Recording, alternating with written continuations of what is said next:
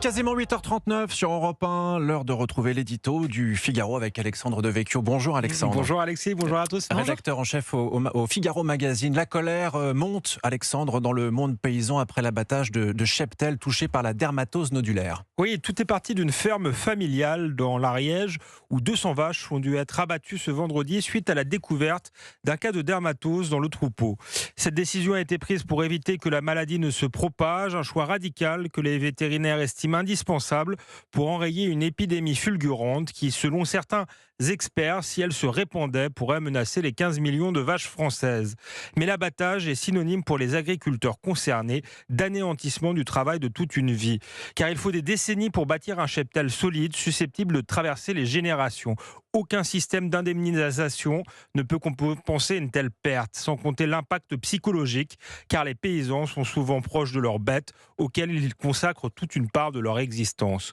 Beaucoup d'agriculteurs jugent cette politique sanitaire d'euthanasie systématique disproportionnée. Tout comme l'ampleur de la répression jeudi, après les premières échauffourées. Des blindés, des CRS, des gaz lacrymogènes face à des paysans armés de bâtons qui voulaient simplement montrer qu'ils n'étaient pas d'accord avec la décision d'abattre. Fallait-il les traiter comme des casseurs? Cela ne pouvait être considéré que comme une nouvelle humiliation, une de plus. Une de plus, car selon vous, Alexandre, la politique sanitaire n'est pas la seule cause de la colère paysanne.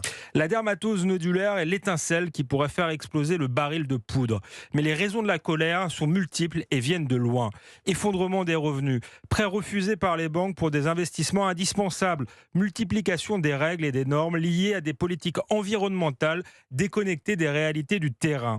Avant que la crise n'éclate, une manifestation massive de centaines de tracteurs et de milliers d'agriculteurs était déjà prévue à Bruxelles le 20 décembre pour protester contre la signature du Mercosur. Cet accord de libre-échange, s'il est signé, mettra à mal notre souveraineté alimentaire et exposera nos éleveurs à la concurrence déloyale de produits venus du bout du monde, ne respectant pas les mêmes normes sanitaires que les nôtres. Et pourtant, selon vous, les considérations économiques et sociales n'expliquent pas tout, Alexandre. Non, plus profondément, le monde paysan traverse une crise existentielle qui s'inscrit dans la fracture grandissante entre la France urbaine et rurale. Les agriculteurs se sentent exclus d'un monde économique, politique et culturel qui ne les comprend plus et ne reconnaît plus leur travail. La transition écologique prônée par des ONG militantes et des élites politiques hors sol est vécue comme une punition et une humiliation.